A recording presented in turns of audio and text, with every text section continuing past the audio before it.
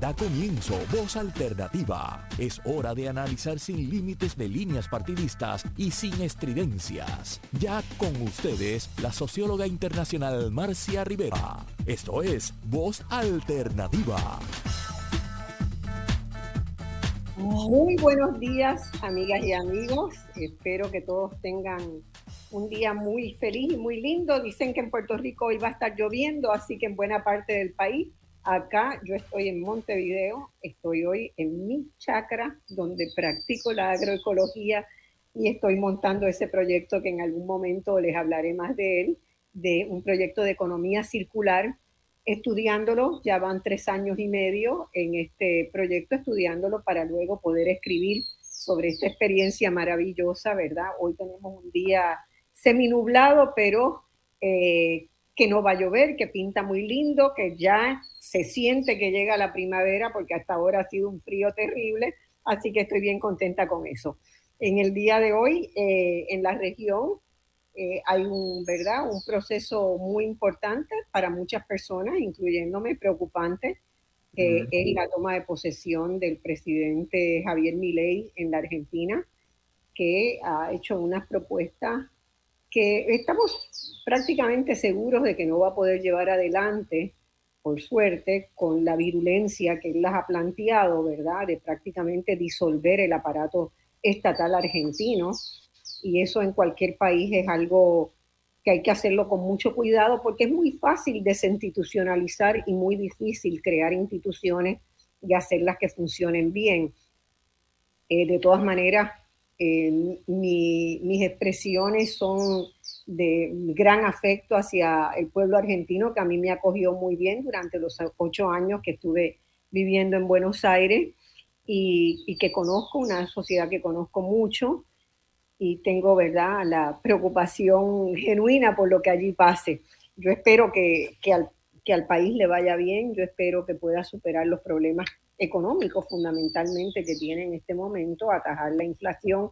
No va a ser nada fácil, pero creo que se han ido despertando, ¿verdad?, los resortes de verificación y control sobre las políticas y que el impacto tal vez no sea tan funesto como en algún momento se pensó cuando Milei hacía los anuncios que hacía sobre las medidas que iba a tomar. Bueno, dicho eso, vamos a nuestra tierra que está llena de problemas, y Voz Alternativa, que está llena de ganas de poder contribuir a las soluciones de los problemas de Puerto Rico. Nosotros hemos hecho en el transcurso de este año 2023, 2 programas sobre la situación de la vivienda en Puerto Rico, y uno de ellos, de hecho, lo repetimos, así que en 3 ocasiones estuvimos discutiendo la complejidad de los problemas de vivienda que tiene el país. Esa complejidad se da por varios fenómenos que están sucediendo en simultáneo en Puerto Rico. Por un lado, una de las cosas que yo quisiera hoy discutir, sobre todo con mi primer invitado, que es Heriberto Martínez, a quien voy a presentar muy brevemente. Ustedes ya conocen a Heriberto, ha estado otras veces en Voz Alternativa. Heriberto Martínez es un economista que trabaja desde una perspectiva de economía política muy interesante, muy bueno, muy refrescante, ¿verdad? Saber que hay un grupo de jóvenes economistas que han seguido los cuestionamientos que uno levantó en los años 70 o 80, ¿verdad? Sobre la necesidad de reenfocar el análisis económico. Heriberto está recientemente designado director ejecutivo de la Liga de Cooperativas de Puerto Rico. Él hizo su carrera de economía en la UPR, fue presidente de la Asociación de Economistas del país, y en 2019, ¿verdad?, fuiste presidente. Sí. Y también ha estado, antes de estar en la Liga, estuvo dirigiendo la Comisión de Hacienda y Presupuesto de la Cámara de Representantes, que ustedes saben que es allí donde se origina y se trabaja el presupuesto de Puerto Rico. Es una de las comisiones más importantes de la legislatura del país. Heriberto, siempre es un placer conversar contigo.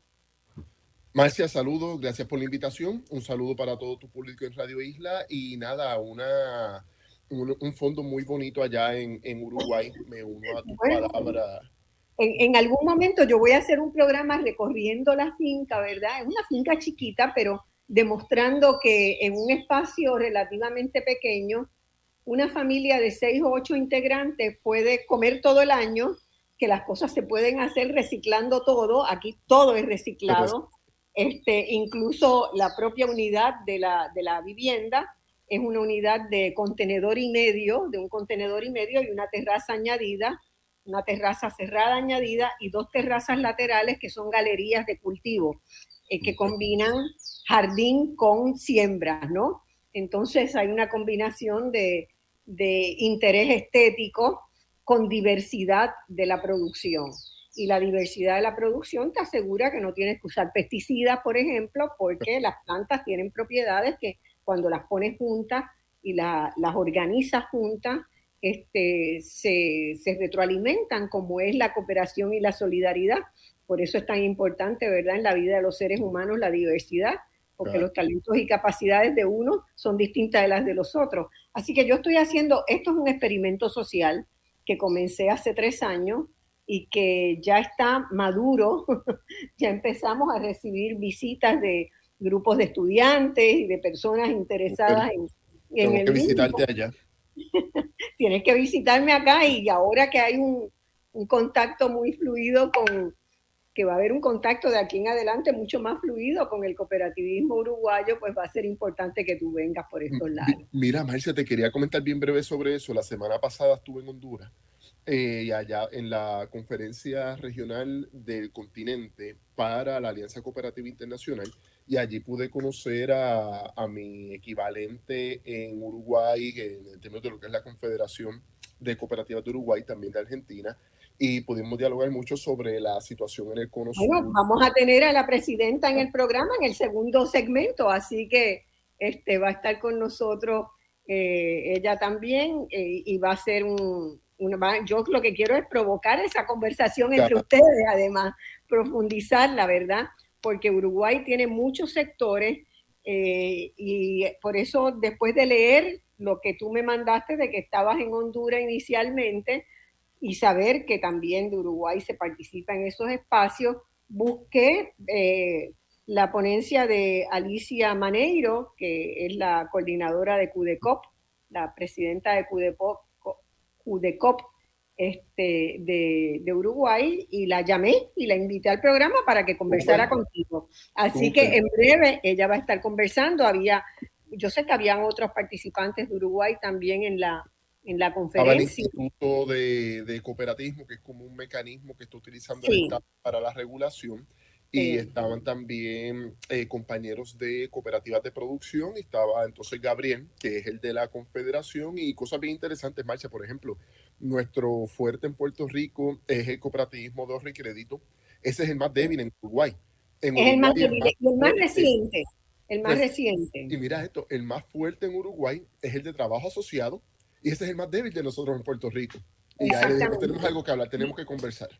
Y es muy fuerte el de viviendas, y por eso, ¿verdad? Decidí que sería muy bueno tener la voz de Alicia Maneiro acá, que además es muy reconocida en toda la región por sus análisis y su visión de economía circular y de economía de vivienda, ¿verdad? Del cooperativismo de vivienda, que en Uruguay es muy fuerte, tiene una presencia y una vigencia, y toda la gente que tú conoces de alguna manera u otra ha estado vinculados a procesos de creación de cooperativas de vivienda. Y efectivamente aportan enormemente a ser una solución mucho más efectiva que la que se puede hacer desde el Estado, desde otros programas, o la que hace el sector privado, ¿verdad? Que deja mucha gente afuera. El caso de la vivienda en Puerto Rico, como hemos planteado en otros programas, es muy preocupante. O sea, yo todavía no lo tengo incluido entre las 8 crisis más importantes, pero está en la puerta de. Digo, pero si lo haces como una cuestión generacional, Marcia, la puedes incluir. O sea, estamos teniendo un problema donde los salarios de jóvenes trabajadores y jóvenes profesionales no alcanzan ni siquiera para los alquileres. No hablemos de las tasas de interés ni los alquileres. El último estudio que yo vi hablaban de que en las áreas metropolitanas y universitarias, el alquiler de una habitación de un estudiante estaba en los $800. Sí, de hecho ya conozco estudiantes que en un área cercana a la universidad, para no meterlo mucho, pero University Garden, todos esos espacios, ya esos estudios que han construido en la parte de atrás de las casas, que son bien pequeños, un solo cuarto, están más o menos entre los 700, 900, $800. Y $800 era la mediana de pago por una habitación de alquiler. Imagínense ustedes una pareja que tiene un hijo o que está en planes de, ¿verdad?, poder hacer una familia. Los alquileres están absolutamente elevados y eso tiene que ver con muchas cosas, ¿verdad? Primero que acá lo que yo quería más discutir contigo, Heriberto, porque no hay mucha gente con la que se pueda discutir estos aspectos en particular. Tiene que ver con que cuando tú escudriñas qué está creciendo en Puerto Rico económicamente, ¿verdad? ¿Qué es lo que crece? ¿Qué es lo que más se vende? ¿Qué es lo que está generando ganancia? Pues todo está asociado a actividades dirigidas al mercado del quintil cuarto o quinto superior. Quiere decir, a los más ricos o a los casi más ricos, ¿verdad? Se están vendiendo muchísimas automóviles de alta gama. Eso hace 10, 15 años en Puerto Rico no era una realidad. Ver un Porsche en la carretera o ver un Lamborghini era cosas raras. Ahora sales y los ves. Sí, y aquí en San Juan se nota mucho. En San Juan se nota muchísimo. Entonces, está creciendo espiralmente la venta de yates y no de lanchitas, no de las lanchitas de un motor a bordo para pasear con la familia, no, los yates con mayúscula, ¿verdad? Están desbordadas las marinas que hay. Entonces, ¿quién compra esos yates? ¿Quién compra un reloj como compro yo porque me da la misma hora? O sea, yo miro el reloj y tiene la misma hora que cualquier otro reloj. Un reloj de $20 o de $10, ¿no? Los relojes que se venden, ¿verdad? Sí, el lujo en Puerto Rico está pasando por un momento espectacular. Está pasando espectacular. Por el lujo. Todo el sector de la economía que está creciendo es el que produce o vende para el lujo, para los de arriba. Entonces uno se pregunta qué pasa con los demás, ¿verdad? Lo mismo pasa en la vivienda. ¿Cuáles son las viviendas que se están produciendo? Ya ningún desarrollador quiere hacer viviendas de que se vendan en $100,000 o $150,000. No existe en el mercado. No existe. Claro. ¿Por qué? Porque el empresario considera que con el mismo esfuerzo, un poquito más, dándole unos toques de lujo, haciéndolo más atractivo a ese sector, una vivienda básica que no difiere demasiado de la vivienda que se va a vender en $400,000, $500,000. Claro. Entonces no tienes producción del mercado privado de vivienda para la gente cuyos salarios son el salario mínimo, que es una parte muy importante de la clase asalariada en Puerto Rico, gana el salario mínimo y con eso no pagas. Y la mediana salarial, Marcia, en Puerto Rico está según el Bureau of Labor Statistics, está cerca de los $25,000. O sea, estamos hablando de $2,100 mensuales para pagar eso en bruto, antes de impuestos, ¿no? Antes de impuestos, para pagar rentas, hipotecas que están por los $1,500, pues realmente es una situación, por eso te decía, yo creo que ya lo debes ubicar como una situación crítica, porque realmente, y lo que estamos viviendo en Puerto Rico lo vemos en todo momento. Yo que puedo enseñar en la Universidad de Puerto Rico, uno de los dramas que tienen los estudiantes permanentemente es el tema de el hospedaje. O sea, ya entonces estamos ante la situación también de que se habla de cierre de recintos. O sea, estamos en una situación para darle un poquito de tracto bien breve, Marcia. Aquí hay varios factores. Uno de ellos tiene que ver con la crisis del 2006 y su recrudecimiento en el 2008. Las razones estructurales para entrar en esa depresión económica están presentes todavía. No se ha resuelto ninguna, pero las estamos maquillando con fondos federales. Ese es uno. Exactamente. Número dos, la ley 22, 2010, perdón, ha atraído un grupo de personas que le estamos dando decretos contributivos para que básicamente recapitalicen el país, pero eso no ha pasado. Lo que ha ocurrido es que están comprando propiedades para rentas de corto plazo y están ocupando todos los espacios en lo que son las playas, costas y parte del área metropolitana. Por lo tanto, hay una restricción por el lado de la oferta que no tiene que ver con el mercado interno, que tiene que Claro, ver con las personas que están viniendo de afuera para comprar. Por lo tanto, eso pone a los desarrolladores en una situación bien particular que tú lo acabas de mencionar. O sí, construyo para mercado interno o construyo para mercado externo. En un claro, contexto donde hay escasez de mano de obra, por lo tanto hay encarecimiento por el factor trabajo, hay subidas de tipos de interés, por lo tanto hay encarecimiento en el financiamiento y hay problemas de inflación estructural por el tema de las cadenas de suministros, ¿no? Todavía no hemos recuperado todavía la normalidad en las cadenas de suministro con el tema de la pandemia. A eso podemos sumarle conflictos bélicos en Oriente Medio, Israel y Gaza, más el de Rusia y Ucrania. O sea, estamos en una situación donde hay mucha presión inflacionaria por el lado estructural. Los economistas de la Reserva Federal de los Estados Unidos todavía entienden que para controlar inflación hay que subir tipos de interés. Entonces estamos ante una situación de lo que podríamos llamar estanflación, ¿no? Algo que Milei ya mencionó exaltación. últimamente, y eso lo que ha provocado entonces es que tengamos un problema por el lado de costos para producir nueva vivienda y tenemos problema por el lado de la demanda porque los salarios no alcanzan para el nivel de costo al que los desarrolladores están dispuestos a comprar para obtener rendimiento. Y aquí entonces vienen dos salidas, Marcia, para el tema de la vivienda. Lo demás es un poquito más complejo y para otro programa.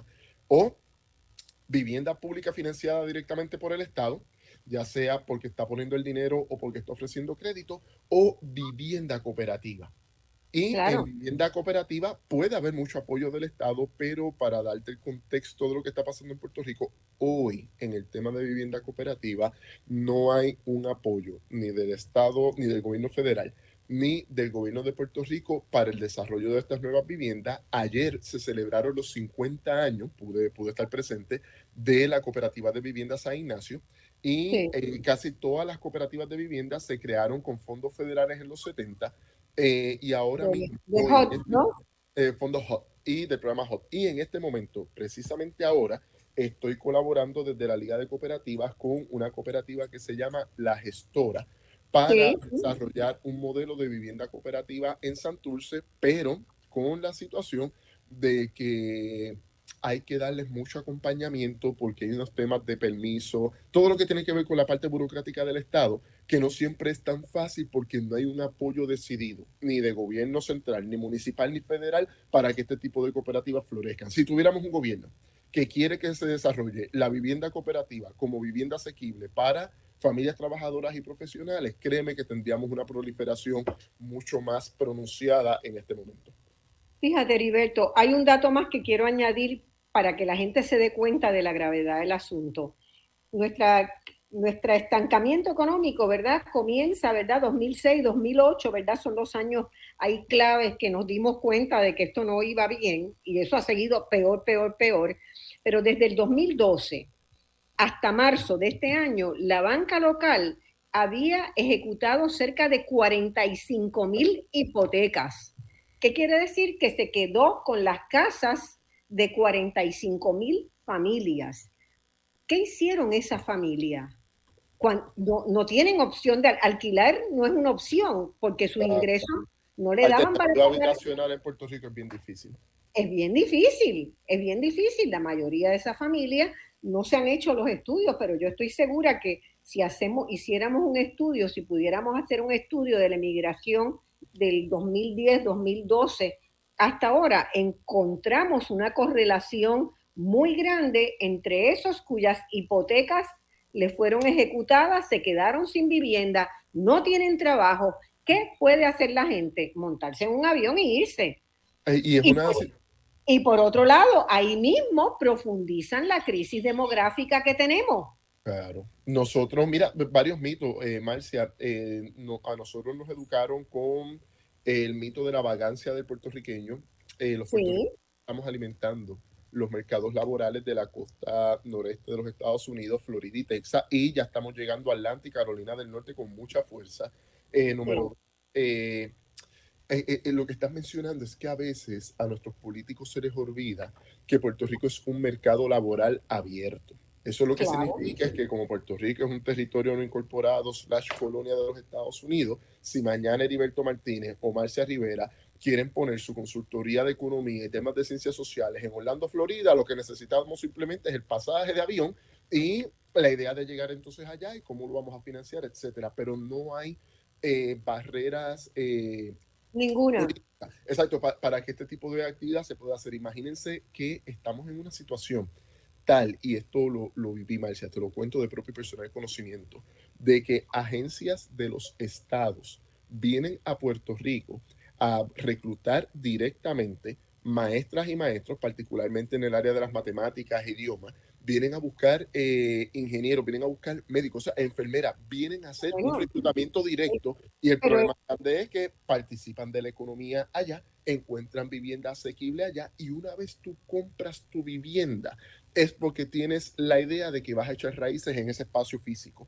Así que los claro. que están comprando vivienda fuera de Puerto Rico siempre van a tener, obviamente, el sentimiento de regresar al terruño, volver a la patria, pero materialmente hablando se hace sumamente complicado. Se hace sumamente complicado. Ahora, lo interesante del caso, Heriberto, es que esto no es algo nuevo. Fíjense, es que dejamos pasar y dejamos pasar. Y esta mañana leyendo una columna en el Nuevo Día, me hacía recordar eso, sobre, ¿verdad?, la imagen del cordero en nuestro escudo, que nosotros dejamos pasar y no reaccionamos en el momento en que las cosas están pasando.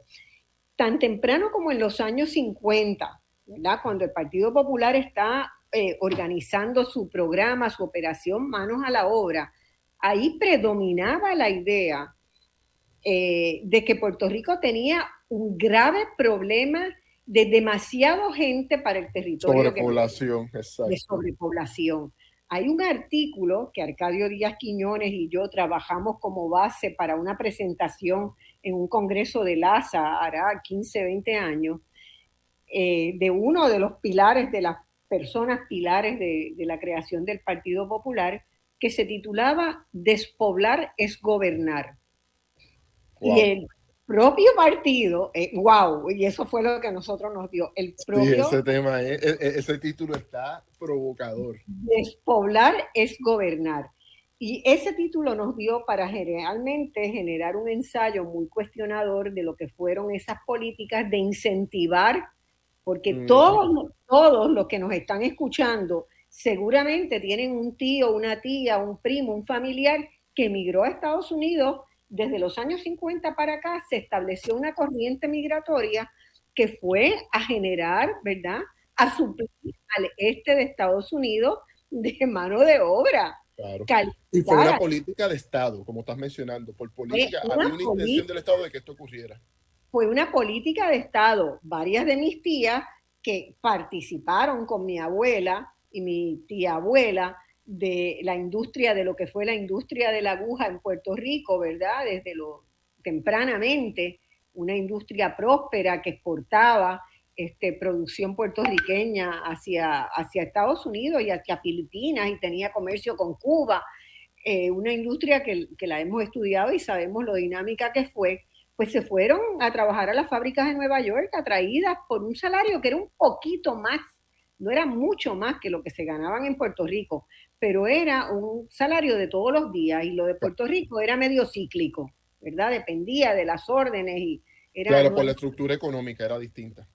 la estructura era distinta, pero eso fue un drenaje increíble. Puerto Rico podría ser hoy un epicentro de la moda internacional si Claro. no hubiera perdido esa capacidad, ¿verdad?, de retener a la gente que creaba en el sector de diseño y de modas y de bordados, calados, costura de alto nivel, y lo Claro. perdimos, Pues ahora perdimos. lo que estamos haciendo, parte de la mirada, Marcia, para poder atraer a esa gente y mantenerlo de manera contingente con el tema del cooperativismo de vivienda, ya tenemos en formación una cooperativa de artistas en el oeste de Puerto Rico, tenemos una Sí, cooperativa de costureras en el centro de Puerto Rico. Entonces lo que sí, estamos sí, buscando ahora es crear ese ecosistema cooperativo. Tenemos ahora mismo en Puerto Rico un sistema de cooperativa, pero la integración horizontal Claro. Al interior del sistema hay que medirlo porque hay cosas que se están haciendo bien, pero todavía falta mucho mayor integración al interior del propio sistema Bueno, para evitar y ese recorte.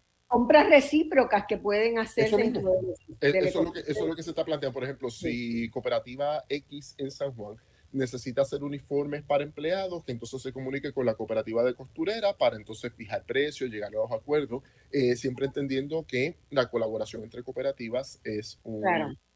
es un principio fundamental, ¿no?, del movimiento. Y Sí, segundo, hay que entonces pensar en que no solamente, era lo que te quería mencionar ahorita con el mercado laboral abierto, se nos olvida que con que la economía crezca 2-3% por fondos federales, no significa que la gente tiene salarios para llegar a fin de mes. Por lo tanto, las políticas de Estado tienen que dirigirse no solamente a trabajo digno, sino a la vivienda asequible. Y lo que estamos diciendo desde el cooperativismo es, oye, gobierno, Estado, te resolvemos un problema por la vía del ahorro y crédito. En Puerto Rico quedan solamente 3 bancos Marcia dando servicios en Puerto Rico.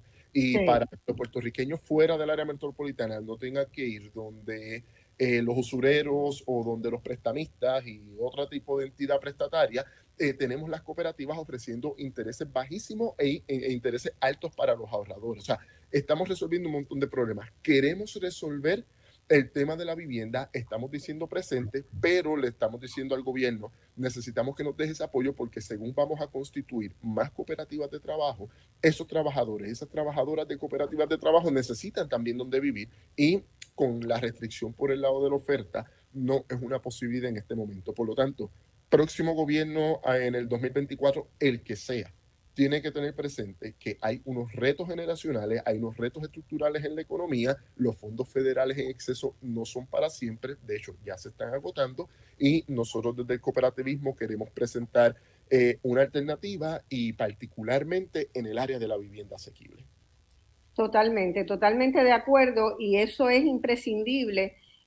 Uruguay es un país que tiene un ecosistema cooperativista increíble, o sea, acá hay cooperativas de producción, hay cooperativas, hay fábricas que cierran, que los trabajadores se organizan en cooperativas para seguirla, ¿verdad? Y eso ha hecho una diferencia bien grande entre que la gente se quede sin trabajo y la gente pueda seguir teniendo, ¿verdad? Haciendo lo que sabía hacer y se pueda mantener en una fuente de ingresos, ¿verdad? Y lo que a mí me parece que es muy importante señalar es que nosotros en las últimas décadas en Puerto Rico cada vez más nuestro modelo de economía se fue moviendo hacia el neoliberalismo, al igual Totalmente. que Estados Unidos. Y entonces el cooperativismo desde esa visión está demonizado. Y la gente Totalmente. perdió, o sea que hay que hacer también unas campañas educativas generales para que la gente vuelva a generar y a entender lo que es el cooperativismo. Vale decir también que Puerto Rico fue líder en ese proceso de educación para el cooperativismo en toda Centroamérica y muchos de los países que tienen una estructura económica donde el cooperativismo es importante, como Costa Rica, fueron los maestros puertorriqueños del Claro. cooperativismo los que fueron a formar para eso allá. La buena noticia, Marcia, es que estamos en ese nivel todavía, estamos retomando el proceso educativo, pero te voy a comentar algo. El problema grande fue que el tema neoliberal para la creación de sujetos, creación de subjetividad, fue brutal en Puerto Rico, pero también en América Latina. Y ahora estamos viendo que la caída, el colapso bancario en Puerto Rico, por ejemplo, ha hecho que la gente se mueva al cooperativismo y ese espacio lo hemos estado utilizando entonces para reeducar nuevamente. Coincido contigo, hay que hacer mucha pedagogía, nos falta mucho por hacer, pero estamos encaminados. Perfecto. Bueno, pues vamos a la pausa porque ya me están poniendo la música y cuando volvamos, cuando reentremos, vamos a tener con nosotros a la amiga Alicia, que ya está con nosotros en la conferencia. Voy a darle admisión en este momento.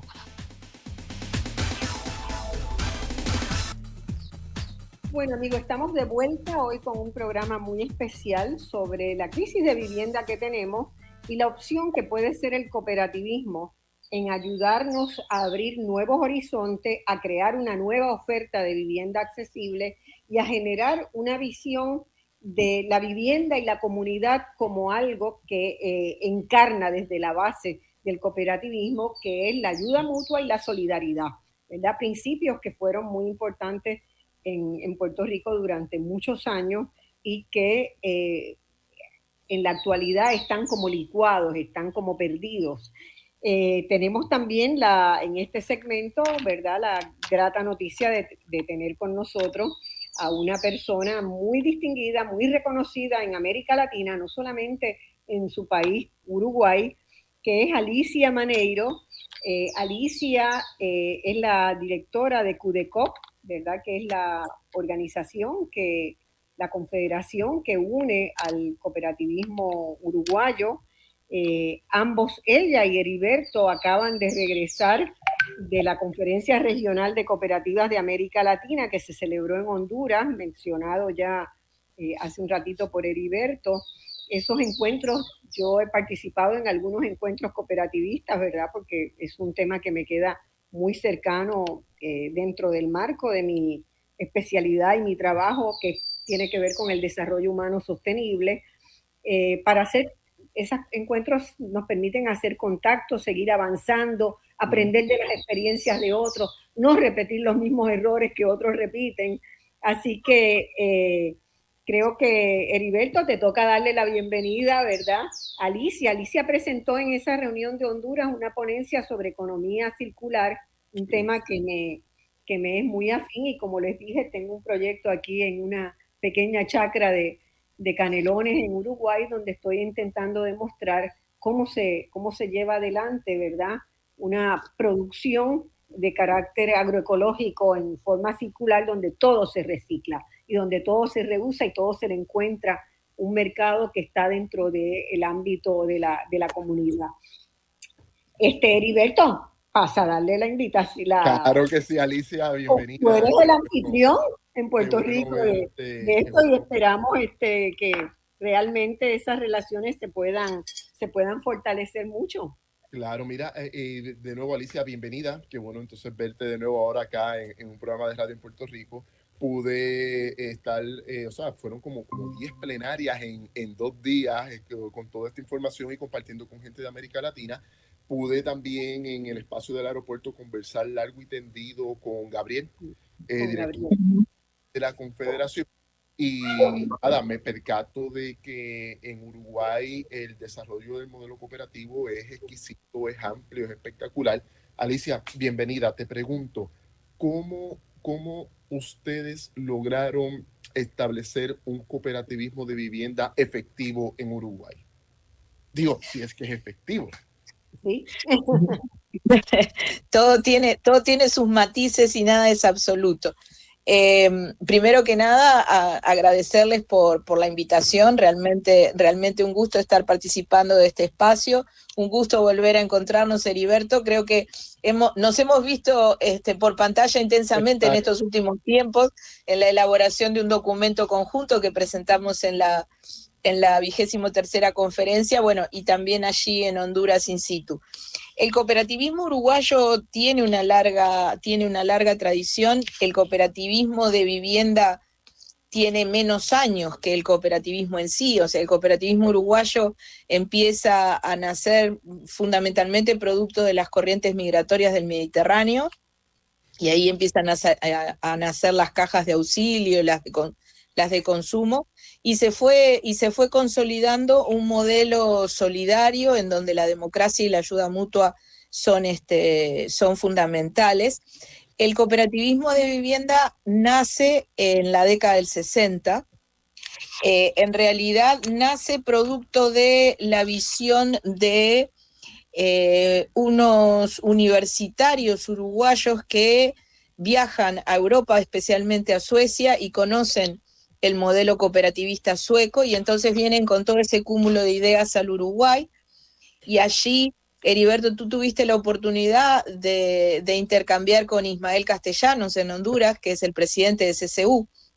El Centro Cooperativista Uruguayo fue quien llevó adelante, esos universitarios integraban el Centro Cooperativista Uruguayo en ese momento, y vienen con esas ideas y arman 3 proyectos piloto en donde los pilares justamente estaban en la ayuda mutua y la autogestión, y esos proyectos pilotos se llevan adelante en el interior del país. En ese momento no teníamos aún una ley de vivienda. Esos proyectos ayudaron a que la ley de vivienda se consagrara en el 68 con un capítulo especial para el cooperativismo de vivienda. Y 55 años entonces desde la ley. Exacto. ¿Qué tiene de particular el modelo uruguayo que realmente hace que sea referencia para el resto del mundo, no solamente de América, sino del mundo? Que una de sus patas más fuertes es el financiamiento por parte del Estado. O sea, es el Estado el que pone el dinero. A cada uno de los países en donde el modelo uruguayo se ha trasladado y ha intentado establecerse, es con el escollo principal con el que choca. O sea, que no haya legislación y que no haya financiamiento del Estado. Eso es lo que lo hace fuerte en el Uruguay.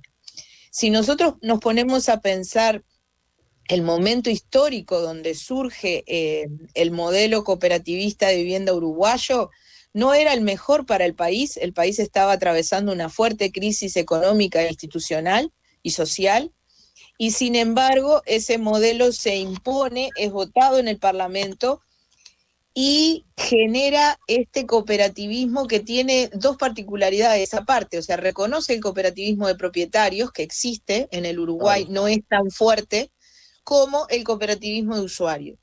Esa ley establece y la pone en funcionamiento la propiedad colectiva, que es otro de los fuertes del movimiento cooperativo de ayuda mutua uruguayo. ¿Por qué esto? Sí, perdón. Porque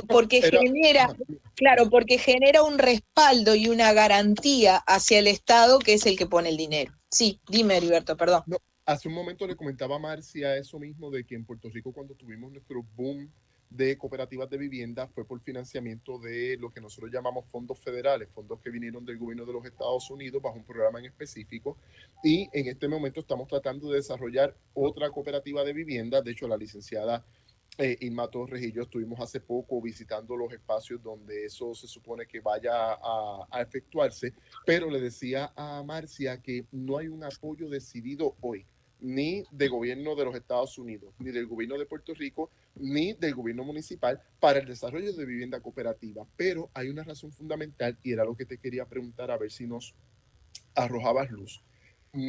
Cuando incluso allá en Honduras se nos hizo difícil, cuando le explicamos a los estadounidenses cómo funciona el modelo mancomunado de propiedad colectiva, me percato que es que, Alicia, ustedes y nosotros tenemos el Código Civil, pero los estadounidenses no tienen Código Civil.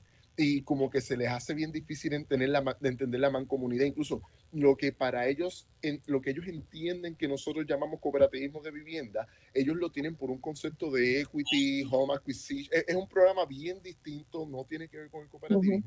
Te pregunto, ese marco legal y ese apoyo del Estado, ¿podrá tener algo también que ver con que tenemos Código Civil y tenemos una visión de lo colectivo distinta al mundo anglosajón? A ver, yo creo que el concepto de propiedad privada está enquistado en la sociedad occidental. A pesar de que en América las colectividades indígenas hacían uso de lo colectivo, del uso común, digo, cuando llega la colonización y llega la mirada europea, eso no sigue teniendo fruto, digamos, y se instala el modelo de la propiedad privada. El modelo de la propiedad privada tiene una fuerza muy grande, incluso acá en el Uruguay. Digo, no somos ajenos a eso. Es cierto, el Código Civil la establece, digo, y nos da la legislación nos da la posibilidad de poder llevar adelante el modelo cooperativo. ¿Qué característica tiene, por ejemplo, el cooperativismo de propietarios, que nace también como propiedad colectiva? Mientras están construyendo y en los inicios, digamos, de la devolución del préstamo. En realidad está pensado como para que cuando finaliza la devolución del préstamo, cada unidad tenga su propiedad, su título. En el cooperativismo de usuarios eso no pasa, o sea, la hipoteca es una sola, y cuando se termina el proceso de devolución, lo que hace de devolución del préstamo, lo que hace el ministerio es entregar esa escritura que se firmó al inicio del proceso al colectivo. Y no sirve ni para enajenar la cooperativa, no sirve para generar ningún tipo de apoyo, de decir, podemos, no sé, comprar un terreno al lado y ponerlo como garantía. No tienen esas posibilidades. No pueden especular. O sea, exacto. Y la saca a nuestras viviendas, la saca de la especulación y del mercado. O sea, porque los socios perfectamente pueden irse de la cooperativa si así lo desean, pero lo que se llevan es solamente el capital aportado. Claro, claro. Y la unidad queda a la disposición de la cooperativa, que elige una nueva familia que cumple con las características que marca la ley para poder habitar. Entonces, nosotros, o sea, yo creo que la ley nuestra en ese sentido es muy rica y me ha tocado por experiencia debatir incluso con parlamentarios, más que nada centroamericanos, que han venido a Uruguay a aprender del modelo, y ellos lo ven como el primer gran escollo, o sea, llevar a una legislación con esas características a sus respectivos países. Sí, nosotros acá, lo bueno es que estás describiendo el modelo, y en Puerto Rico, para que el público lo sepa, funciona más o menos igual en términos de lo que nosotros llamamos la equidad aportada. Si yo me voy de la cooperativa, pues me devuelven la equidad con algún tipo de valor adicional, ¿no? Por la inflación o por lo que sea, y después la cooperativa entonces decide si acepta o no, o qué tipo de familia va a aceptar para la cooperativa. Te quería preguntar algo sobre el apoyo del Estado. Sabemos, esto lo he hablado con Marcia en otros espacios, que hubo varias administraciones sucesivas del Frente Amplio, ahora el presidente es Lacalle Pou, el apoyo al cooperativismo de vivienda particularmente varía de acuerdo a si el presidente es de apellido Mujica, si es Vázquez, si es Pou, o eso se mantiene estándar. Es una política de Estado, por así decirlo, no varía con los cambios electorales. No, en realidad no es una política de Estado, y es a lo que nosotros apelamos, a que sí sea una política de Estado, más que nada para garantizar los fondos. Claro. ¿Por qué digo esto? Nosotros tenemos, la ley se vota en el 68, en el 70, al inicio de los 70, el Estado tenía muchas tierras que eran propiedad de bancos de financiados que cerraron en ese momento, y el Estado se apropió de esas tierras y las volcó al cooperativismo. Y ahí surgieron los grandes complejos. O sea, ese es el momento de mayor auge. Yeah. Luego, cuando viene la dictadura, se ve al cooperativismo como un peligro, porque en realidad es la sociedad civil que tiene que reunirse, que tiene que tomar decisiones, y las reuniones no estaban autorizadas en ese momento. Entonces se frena cómo venía andando el cooperativismo, tiene cierto freno. O sea, se termina de construir lo que estaba ya pactado, pero no se genera entrega de terrenos, no se generan personerías jurídicas ni nuevos préstamos.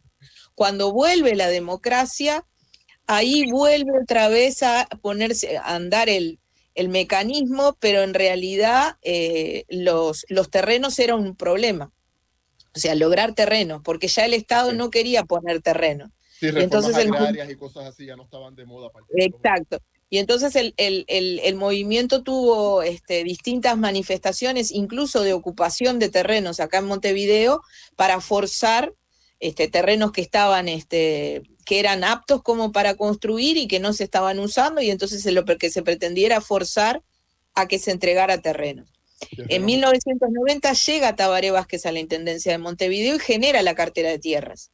Y eso le da una inyección, por lo menos a lograr la tierra. Y después es la lucha para el préstamo y demás. ¿Qué teníamos nosotros que ahora no está? Cuando surge la ley, se crea el Fondo Nacional de Vivienda, que le llegan los fondos de un impuesto que vuelcan los empresarios, un 1% de su recaudación y un 1% de los salarios de los trabajadores. Entonces, hay el Fondo Nacional finalista para ese fondo de vivienda, entonces. Exacto. Entonces, el Fondo Nacional de Vivienda, los dineros estaban. Lo que se necesitaba era que las cooperativas tuvieran los terrenos y los proyectos para poder apelar a él. Con la crisis del 2002, todo el dinero que había en el Fondo Nacional de Vivienda desaparece. Wow. Y digo, pasó una mano negra ahí, que lo que se dice es que como íbamos a caer en default, se frenó pagando parte de deuda externa. Pero ese dinero nunca más terminó. La deuda externa, utilizaron la liquidez que había en el fondo y la pagaron. Aquí hicimos algo parecido con el aeropuerto, pero eso es otro tema. Alicia, continúa. Entonces, ya en el 90, con el gobierno de la calle Padre, en la calle Padre del presidente actual, ya había eliminado el aporte patronal y solo el fondo tenía el aporte de los trabajadores. Cuando se pierde todo el dinero del fondo, hay que volver a formarlo, ¿no? Claro. Y después, en el gobierno del Frente, cuando se da la reforma tributaria, se elimina totalmente el impuesto de los trabajadores y se pasa el Fondo Nacional de Vivienda a un ítem presupuestal. Entonces, cuando se vota presupuesto, el Ministerio de Vivienda compite con los otros ministerios, salud, educación, por el reparto de la torta. Quiere decir que los fondos ya no son tan genuinos ni tan importantes. ¿Qué se ha mantenido? Sí, eso es cierto, que el presupuesto del Ministerio del Trabajo, del Ministerio de Vivienda, para el cooperativismo de vivienda es más o menos del 50%. O sea, el 50% del presupuesto total del Ministerio de Vivienda es para financiar cooperativismo. ¿Cuál es la diferencia? Que durante los gobiernos del Frente la inyección presupuestal fue muy grande y entonces el 50% sí era un monto interesante, claro, y ahora es menor. Entonces, evidentemente, sigue siendo el 50%, pero ya la cifra no es la misma. Por lo tanto, no está construyendo tanta vivienda cooperativa como construyó el gobierno de la izquierda. Claro, y pregunta, ¿hay demanda de los ciudadanos por vivienda cooperativa? O sea, ustedes también están teniendo, como nosotros, problemas de restricciones por el lado de la oferta, alquileres a corto plazo, un componente generacional que no puede alquilar porque los alquileres están muy costosos. Y Alicia, en el caso de Puerto Rico, la política monetaria se rige por el gobierno federal, por la Reserva Federal. Por lo tanto, cuando la Reserva sube los tipos, en Puerto Rico aplican exactamente igual que si fueran en cualquier otro estado, por lo tanto encarece el financiamiento. Te pregunto, allá en Uruguay, ¿tienen entonces también ese tipo de situación para la accesibilidad a la vivienda y el cooperativismo puede ser una solución, o la demanda por vivienda cooperativa no es tan alta quizás como lo fue en décadas anteriores? La vivienda cooperativa ha quedado demostrado en el Uruguay que es una alternativa válida para las clases trabajadoras que no tienen capacidad de ahorro, claro, y para las que pretenden vivir en este tipo de comunidad, digamos. Digo, en ese caso, la vivienda cooperativa sigue siendo una alternativa. Ahora bien, el Uruguay no escapa al déficit habitacional que tiene toda América. ya. Y a pesar de todo lo que se ha construido y de todo lo que ha crecido el movimiento cooperativo de vivienda, que en los últimos años es es el sector cooperativo que más ha crecido, a pesar de eso, igual el déficit habitacional no se ha podido bajar. Y entonces nosotros seguimos teniendo lo que nosotros llamamos asentamientos, lo que se llama las favelas en Brasil o las villas miseria en Argentina. Los asentamientos siguen creciendo, no porque haya más, sino porque la propia población sigue construyendo y agrandándolo. Claro. Y ese es un debe muy grande. Mira, estaba leyendo en El País, Alicia. Alicia, yo quisiera, Heriberto, quiero hacerle una pregunta puntual, porque a mí una de las cosas que más me ha llamado la atención es que en el Uruguay grupos de personas suelen, ¿verdad?, organizarse para construir una vivienda cooperativa y van entonces a buscar el asesoramiento, y hay una participación muy grande de los individuos que inician una cooperativa en todo el proceso, ¿verdad? Incluso en un compromiso de dedicar horas de trabajo al diseño, a la construcción, a muchos elementos del proceso de creación de la vivienda. No es como que deciden organizarse y van y otra persona hace la construcción, la supervisa y después ellos entran con llave en mano. A mí me parece muy interesante ese proceso que convoca a la participación en todo el proceso de conceptualizar el proyecto, que se da en Uruguay. Me gustaría que Alicia lo explicara un poquito más, porque yo tengo la percepción desde afuera y desde amistades que participan en el proceso, pero tú tienes un conocimiento mucho mayor desde adentro. Sí, en realidad eso que tú describes es el cooperativismo de ayuda mutua. Nosotros dentro del cooperativismo de usuarios tenemos dos modelos también, el de ayuda mutua y el de ahorro previo. En los dos casos, la ley marca que cuando la cooperativa se forma, logra la cantidad de familias y aprueban el estatuto, e inmediatamente deben contratar un instituto de asistencia técnica. Yo hoy mencionaba a Ismael Castellanos del Centro Cooperativista Uruguayo, es uno de los tantos institutos de asistencia técnica que funcionan aquí en el Uruguay. Los institutos de asistencia técnica se registran en el Ministerio de Vivienda y deben cumplir con determinadas características, o sea, el equipo técnico tiene que tener arquitectos, tiene que tener asistentes sociales, tiene que tener abogados, tiene que tener contadores y escribanos.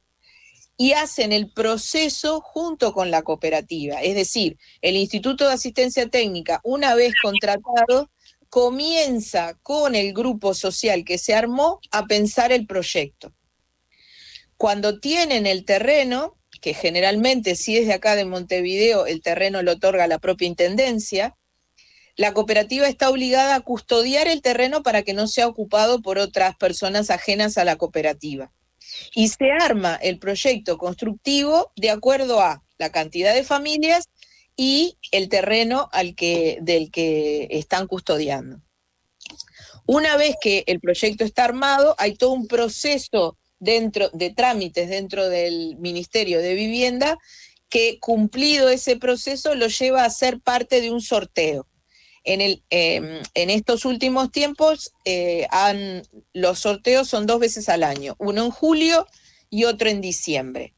La cooperativa se presenta al sorteo, si tiene muchísima suerte puede salir sorteada de primera, y entonces después empieza el proceso de validación nuevamente del proyecto, de ajuste y escritura. Cuando escritura, lo primero que paga el ministerio, o sea, la primera partida que baja el ministerio es para pagar el terreno, claro, que es el 10% del valor total del proyecto. Entonces ahí le paga, por ejemplo, si es un terreno que proviene de la cartera de tierras de la Intendencia, el ministerio se lo paga y la Intendencia con eso vuelve a comprar tierra para las cooperativas. Ya, y empieza... Es un fondo rotatorio. Pero el 10% siempre es una proporción fija del proyecto. Es el 10% del valor del proyecto, exacto. Okay. El ministerio financia el 85% del valor total del proyecto. En el caso de las cooperativas de vivienda por ayuda mutua, el 15% restante para completar el 100% del valor lo ponen en trabajo los usuarios, o sea, los mayores de 18 años que integran los núcleos, que van a trabajar horas solidarias durante todo el proyecto. ¿Qué pasa a veces? Que algunas de esas personas tienen oficio y entonces el oficio se pone al servicio de la cooperativa. Si no, el trabajo que hacemos es puramente de peón. O sea, hay una serie de oficiales que se contratan, albañiles, se contrata un capataz de obra, por supuesto, y los cooperativistas lo que hacemos es la mano de obra solidaria, digamos, el alcanzar el material, aprendemos a preparar el material. Muchas veces, muchas compañeras y compañeros salen con oficio de ahí, porque hacen todo el proceso y van aprendiendo con los propios oficiales de la obra. Eso es interesantísimo, ¿verdad? Porque es una forma también de capacitar gente que puede con Exacto. Y hay una cuestión en el caso de mi trabajo ahí presente también en la obra final. O sea, yo participé, no es una cuestión de estado asistencialista, no, es parte también de un proceso de nosotros con el producto. Y las decisiones, claro, y las decisiones las toma el colectivo y es la cooperativa la que administra el préstamo. O sea, acá no hay administradores, no hay intermediarios. O sea, el ministerio baja esa primer partida y paga el terreno. Y después, mes a mes, los inspectores del ministerio van a ir y van a certificar el avance de obra. Entonces, hay un cronograma de obra que hay que respetar y el ministerio le va haciendo seguimiento. Y cada certificación implica la bajada de dinero de lo que se avanzó. ¿Qué tiene que tener la cooperativa? Tiene que ser muy responsable y cuidadosa de avanzar según el cronograma y de comprar lo necesario. Porque a veces, digo, y esto yo siempre lo pongo como ejemplo porque nos pasa con los proveedores. O sea, los proveedores sacan una oferta de loza para el baño y entonces la tientan a la cooperativa de que van a ahorrar un montón, pero no están en una etapa en donde necesiten la loza para el baño. Y si la compran, por mejor que sea esa oferta, el ministerio no se la va a pagar, porque el ministerio lo que exige es el cumplimiento del cronograma de obra. Y entonces ahí van a tener meses material parado sin poder cobrarlo. Entonces hay que tener muchísimo cuidado. Pero el préstamo lo administra, hay una comisión de obra, una comisión de trabajo, y lo administra la propia cooperativa, por supuesto apoyada por el Instituto de Asistencia Técnica con su respectivo contador y teniendo cuidado del uso del dinero, de cómo la facturación y demás, y de que todos los contratados tienen que estar en planilla y se les hacen todos los aportes como si fuera una empresa. O sea, la cooperativa se transforma en una empresa constructora, la propia cooperativa. Eso es muy interesante. Eso es muy interesante porque en los proyectos primeros de Puerto Rico de vivienda, ¿verdad? Hubo un desarrollador que generó la obra y entonces hubo cooperativistas que se organizaron para adquirir las propiedades. Uh-huh. Claro, la diferencia con el cooperativismo de ahorro previo es que ellos, en lugar de ellos poner el 15% de ese con mano de obra, lo ponen con ahorro. Y en realidad contratan a una empresa constructora. Ellos hacen el seguimiento, administran el préstamo, pero no trabajan. Ese es el origen. Hoy el cooperativismo de ahorro previo está transformándose y en algunos casos hay cierto manejo híbrido. Es decir, se involucran, son parte de la construcción y tienen mayor involucramiento para poder mejorar, digamos, el uso de los fondos, ¿no? El uso del préstamo. Heriberto. Estamos para la pausa, sí. Yo me voy despidiendo porque tengo otros compromisos profesionales. Veo que ya también se conectó Yari. Alicia, qué bueno tenerte en el espacio. Marcia, agradecido por abrir estos canales de comunicación y espero que sigamos conversando sobre estos temas porque pienso que tenemos mucho que aprender todavía sobre el tema de cooperativismo de vivienda. Bueno, así que, antes de que te vaya, les anuncio que para el 14 de enero estamos preparando un programa dirigido especialmente sobre el tema de financiamiento con el equipo de la gestora. Así que ahí los volveremos a contactar seguramente para seguir profundizando, ¿verdad?, en esta conversación tan importante. Alicia, te agradecemos un montón. Ya tengo todos los datos. Te voy a ir a visitar pronto, a dar una pasadita a la oficina. Y desde ya te digo que vamos a necesitar mucho de la orientación y el intercambio con ustedes en este momento. Y queremos realmente hacer que el cooperativismo sea parte de la solución a nuestros problemas. Gracias y vamos a... Un gusto y a las órdenes. Que pasen muy bien. Bueno, gracias Alicia, gracias Heriberto. Y ya tenemos 3 personas que van a estar continuando esta conversación en breve, a la vuelta de la pausa.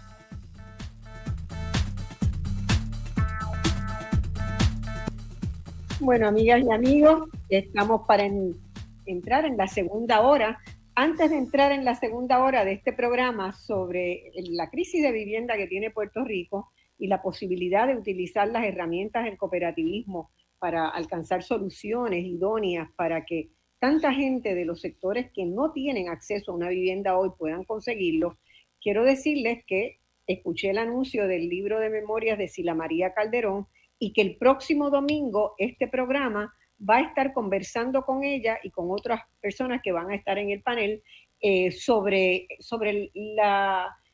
el deseo de Sila María, los objetivos de Sila María en esa publicación que disfruté mucho su lectura y que nos brinda tanto una mirada íntima de ella como persona, como de su gestión, tanto al frente de la alcaldía como de la gobernación. Así que quedan invitados desde ya para este programa y quedan invitados para el 14 de enero que vamos a seguir continuando con la discusión de cómo estructurar un fondo de financiamiento para la construcción de viviendas cooperativas en Puerto Rico. Ahora vamos a seguir con la discusión de las posibilidades que tiene el cooperativismo con varias personas. Tenemos por un lado al doctor Illari Ríos. Illari completó sus estudios, su carrera universitaria en Geografía y Ciencias Sociales General en la Universidad de Puerto Rico. Además tiene una maestría en Economía y un doctorado en Historia. Actualmente trabaja en la Universidad de Puerto Rico, en el recinto de Río Piedra, en el Instituto de Relaciones Laborales. Tenemos también a Irma Torres, que es una muy destacada abogada y que es la asesora legal de la Liga de Cooperativas de Puerto Rico, y uno de los temas sobre los cuales más ha trabajado es las cooperativas de vivienda. Bienvenidos, Illari, bienvenida, Irma, es un placer tenerlo. Irma es la primera vez que está en el programa, pero Illari ya tiene unas cuantas pasadas por Voz Alternativa, ¿verdad? Y siempre es un placer y un honor tenerlo acá porque hace aportes muy importantes a las conversaciones que tenemos. Gracias, bueno, Marcia, y gracias, Irma, por estar aquí. Irma, saludos. Saludos a todos, muchas gracias por la invitación y muchas gracias a la gente que nos sintoniza. Esperamos con este proceso aportar algo a la reflexión, ¿verdad? Y sobre todo a la acción para poder trabajar juntos de manera integrada y en soluciones al problema de vivienda en Puerto Rico. Bueno, en los dos segmentos anteriores estuvimos hablando, sobre todo en el primero, de las dificultades serias que hay en Puerto Rico de encontrar vivienda para los sectores medios y para los sectores de clase trabajadora que viven a salario mínimo o que viven de actividad económica esporádica o que no tienen actividad económica y reciben fondos de transferencia de fondos federales. Este problema se da tanto para comprar una vivienda como para alquilar una vivienda, por la poca oferta que hay en ambos mercados en Puerto Rico. Licenciada, voy a comenzar con Irma. ¿Qué puede hacerse desde el cooperativismo ante la situación que ya se torna realmente urgente? La Liga de Cooperativas y el Cooperativismo de Vivienda en Puerto Rico, ¿verdad? Tienen ya algunas de las cooperativas primeras, San Ignacio y San Francisco, están cumpliendo 50 años. Hubo un boom de esa vivienda inicialmente y después se ha ido reduciendo año a año la capacidad del sector cooperativista dar respuesta a este problema. Yo creo que tengo un problema de sonido. No sé si alguno de ustedes tiene radio puesto también. Irma, ¿no tienes un radio puesto ahí en tu casa? No. Tampoco. Illari. No, lo que pienso es que mientras Irma quizás apague el micrófono mientras los demás estamos hablando y entonces no se escucha la... Bueno, vamos a ver, sí, porque hay un sonido de trasfondo. Gracias.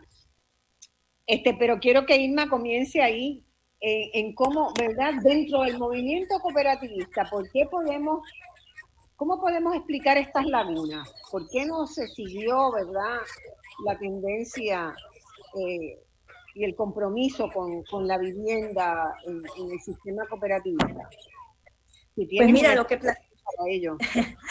plantea es sumamente interesante porque en efecto en Puerto Rico hubo un desarrollo próspero de vivienda cooperativa hacia los años 60 y 70, cuando no contábamos con el marco legal tan especializado con el que contamos ahora. En aquel momento era la Ley General de Vivienda y con esa Ley General se pudieron estructurar más de 20 complejos de vivienda cooperativa que no solamente aportaron grandemente a la solución de darle un techo a familias en necesidad, sino que en desarrollar comunidades de vivienda de sana convivencia y de un extraordinario aporte comunitario. Las cooperativas de vivienda, para que ustedes tengan una idea, no le cuestan al Estado. Ellas sufragan su propio recogido de basura, arreglo obviamente de las estructuras de los edificios, de las carreteras, O sea, que el cooperativismo de vivienda no solamente ayuda a la necesidad de vivienda, sino que libera al Estado de muchos de los aspectos que tienen que ver con el costo del mantenimiento de las comunidades, ¿verdad? Y de todo lo que está relacionado con las comunidades. Entonces les decía que para ese entonces no teníamos la legislación tan avanzada que teníamos ahora. Pero ¿qué era lo que teníamos? Teníamos un Estado que veía en el modelo cooperativo realmente una opción viable para Puerto Rico y para cubrir esa necesidad. Entonces, en ese momento, el Estado, como decía, ¿verdad?, la compañera de Uruguay anteriormente, buscó los instrumentos de financiamiento para que esto se pudiera concretar. Durante todas estas etapas no hemos visto, ¿verdad?, esa apertura del Estado para colaborar con el movimiento cooperativo para el desarrollo de nueva vivienda cooperativa. Entonces, creo que aquí hay un problema de voluntad, porque a pesar de que existe en la legislación una política pública definida y claramente definida a favor de la promoción del modelo y de la estabilidad del modelo. Sin embargo, durante todos estos años, en la Liga de Cooperativas hemos tenido que invertir nuestros recursos en defender que la permanencia de las estructuras cooperativas bajo el modelo cooperativo. Les decía que anteriormente fueron más de 20 cooperativas las que se desarrollaron. Actualmente quedan 13 cooperativas de vivienda, ¿verdad? Porque el resto, una vez se satisfacieron las hipotecas que tenían las comunidades, de alguna manera se disolvieron y pasaron a otras estructuras, a otros regímenes de vivienda privada. Y no es que las cooperativas no sean vivienda privada, pero son vivienda privada, pero están sujetas a unas limitaciones, ¿verdad?, que no permiten la especulación con las estructuras y con las unidades de vivienda. Te pregunto, ¿hubo también urbanizaciones que eran cooperativas? Porque Dos Pinos, por ejemplo, esta urbanización cercana a la Universidad de Puerto Rico en Río Piedras fue una cooperativa, uno de los modelos cooperativos más exitosos, ¿verdad? Generó una comunidad muy integrada, con sus espacios de recreación, sus parques, ¿verdad?, con unas prácticas comunitarias acordadas entre ellos.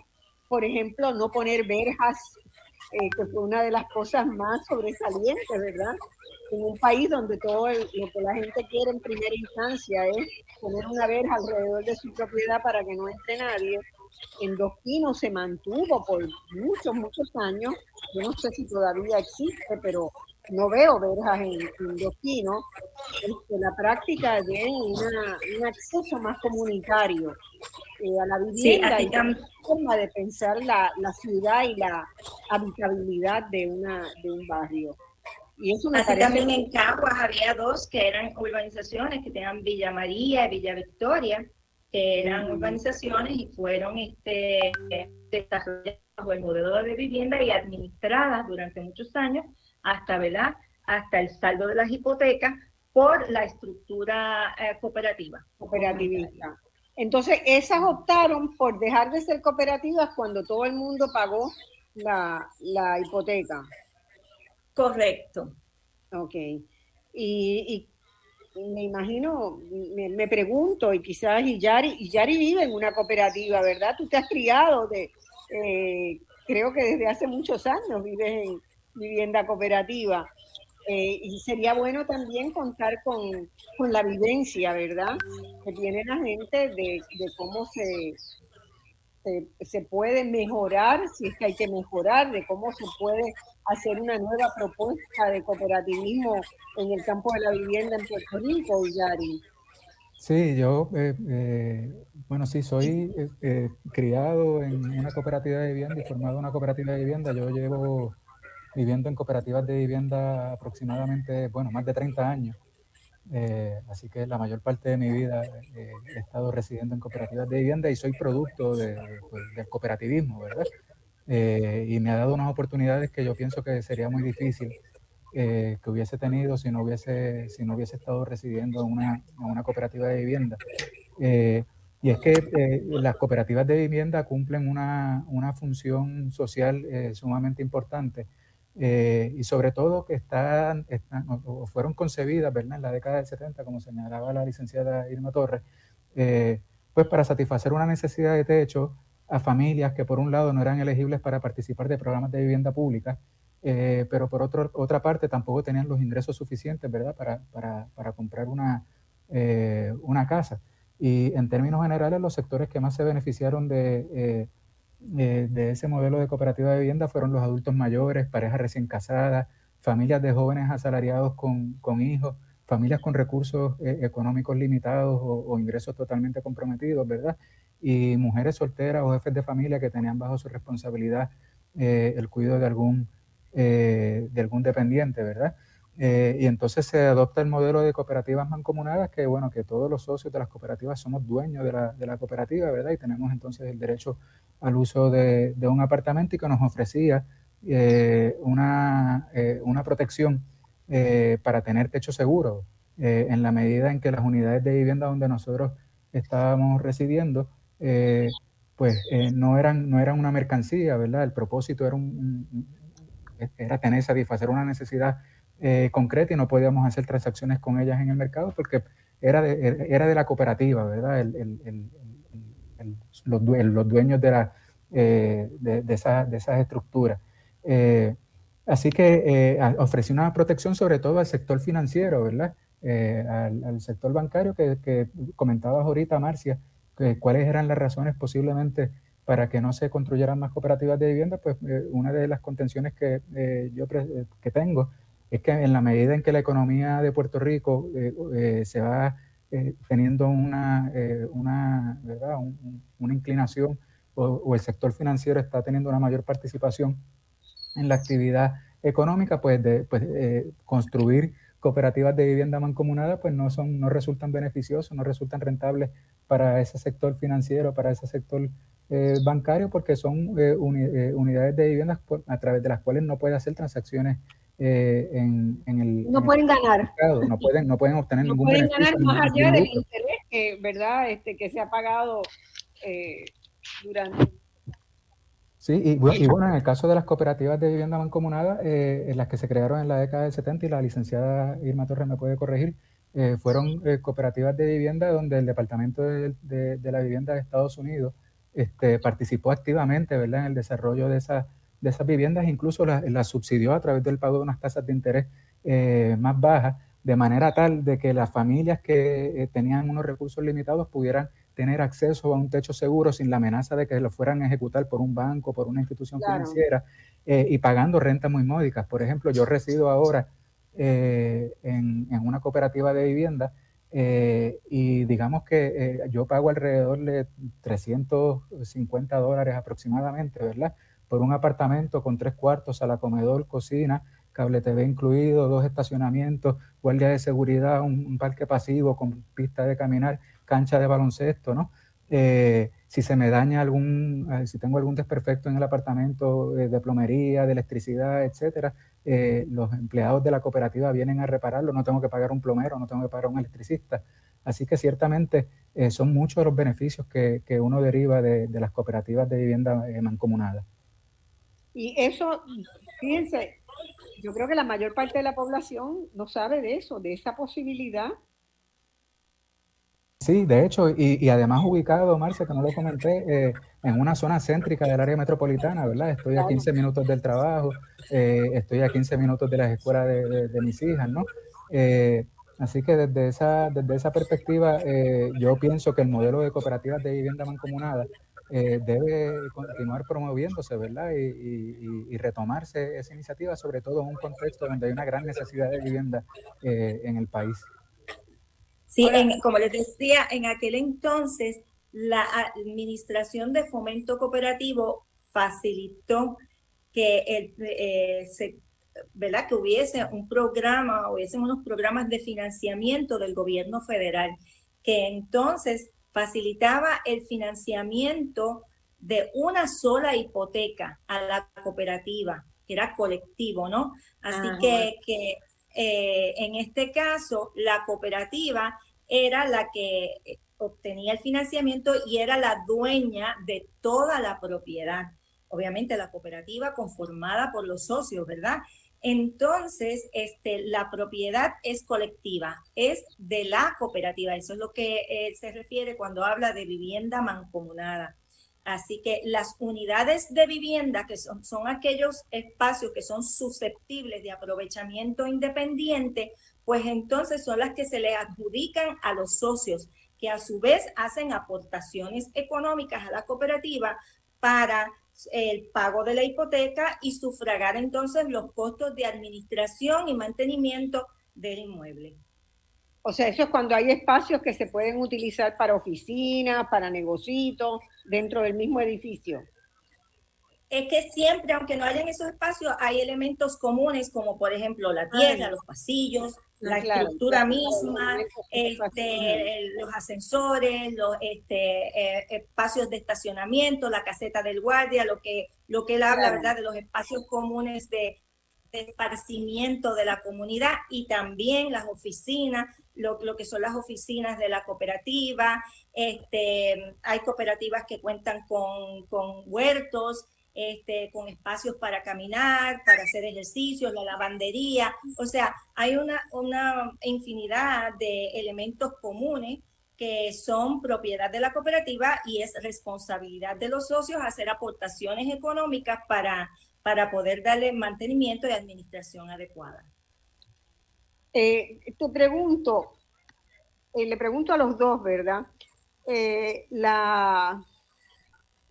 La ley, tú comentabas que la ley original era mucho más general, de la palabra que usaste, que la que hay hoy.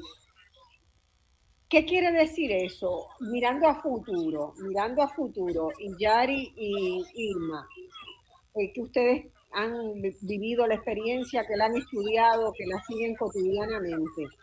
¿Hay trabajo todavía legal? ¿Hay enmiendas que sería necesario hacer a la actual ley de cooperativas, que creo que data del 2001, 2002, ¿verdad? Por ahí. 2004. 2004. Fue una ley que se trabajó. De hecho, que estaban hablando anteriormente de Sila Calderón, ¿verdad? Fue bajo la administración de Sila Calderón que logramos la aprobación de esta ley, donde se adelantaron bastantes cambios precisamente a los artículos 35 y se añadió el artículo 35A a la ley 239, que es la ley que rige a todas las cooperativas que no sean del sector financiero o de otros tipos especiales regidas por otras leyes. Yo tengo el recuerdo muy claro, porque en ese momento estuve también yo dirigiendo la Comisión de Educación, Ciencia y Cultura en el Senado, la meticulosidad con que se trabajó esa ley, ¿verdad? Que hubo muchas vistas, que hubo muchos aportes, que hubo mucho análisis, pero me pregunto, ¿verdad? Han pasado ya 20 años, casi 20 años, si en este momento hay algunas áreas que ustedes sienten que se debe trabajar, y si ha habido algunas iniciativas de revisión de esa ley que permitan hacer más ágil el sector. Y eso es necesario. Irma y Yari. Pues mira, mi opinión particular es que nosotros tenemos una ley amplia y de avanzada. Tenemos una política pública definida, extraordinaria a favor del desarrollo y la protección del modelo. Y nuestra ley es sumamente amplia.